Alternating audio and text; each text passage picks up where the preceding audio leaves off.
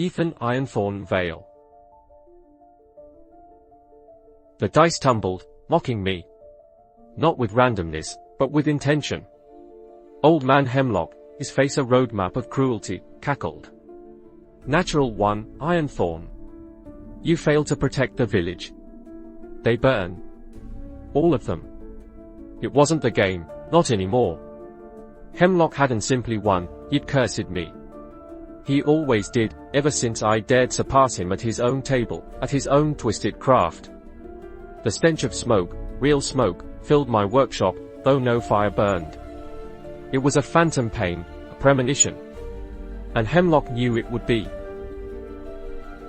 I hadn't always been Ironthorn, the recluse.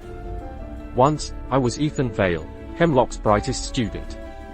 He taught me everything, the law, the tactics, the manipulation of narrative. But I grew, empathetic. I started building campaigns where heroes won without sacrificing everything.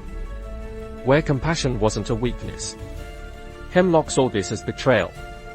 He claimed I was watering down the art, that true storytelling demanded sacrifice, that suffering was the purest narrative fuel. He tested my convictions. Set me challenges designed to break my spirit. The village was a test.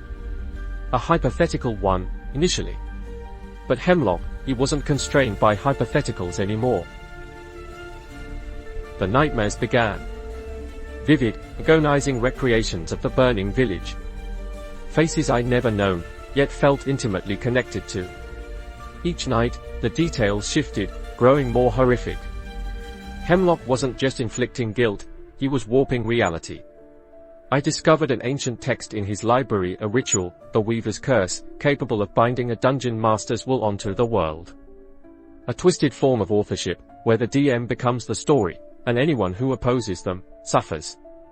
The text spoke of a counter-ritual, a severance, but it required a sacrifice, the thing the DM loved most. For Hemlock, that was power. For me, my daughter, Ilara. She loved my stories, the ones I crafted after leaving Hemlock's tutelage. Tales of bravery, of kindness, of hope. She saw the good I was trying to bring to the world. But Hemlock knew.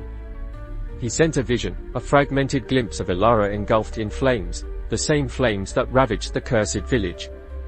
He offered a trade, her safety for the severance ritual, performed on myself.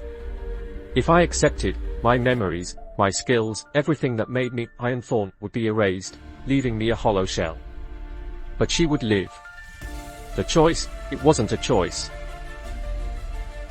I remembered Hemlock's library, specifically the source of his power, an obsidian game board, pulsing with dark energy. He called it the Loom of Fates. It wasn't merely a tool, it was an extension of his will, the conduit for the Weaver's Curse. I discovered a hidden inscription on the board, a failsafe, a way to disrupt the connection, but it required a perfect roll, a natural 20 on a die crafted from pure starlight. A die I hadn't known existed, but one my father, a renowned artisan, had created for me long ago, a gift hidden away for a time of true need. I'd almost forgotten it, tucked away in my workshop. I confronted Hemlock in his fortress, the Loom of Fates radiating malevolent energy. He was already weaving a new tragedy, a global catastrophe fueled by fear and despair. He laughed, sensing my desperation. You think a mere die can stop me, Ironthorn? I am the architect of worlds. I hurled the starlight die. It spun, catching the light, a miniature supernova. The room held its breath. The die clattered to a stop. A 20. The loom shattered, unleashing a shockwave that ripped through the fortress. Hemlock screamed, his form dissolving into shadow, his power unraveling. The curse was broken, but at a cost. The shockwave threatened to consume everything, including me. I woke up in my workshop, the scent of smoke gone. Ilara was asleep upstairs, safe. The fortress was rubble, Hemlock vanished. The world felt lighter. But the memories of the curse, the visions of suffering, remained. I was no longer Ironthorn, the master storyteller. I was just Ethan Vail, a father who had almost lost everything. I picked up a blank parchment, a new story forming in my mind.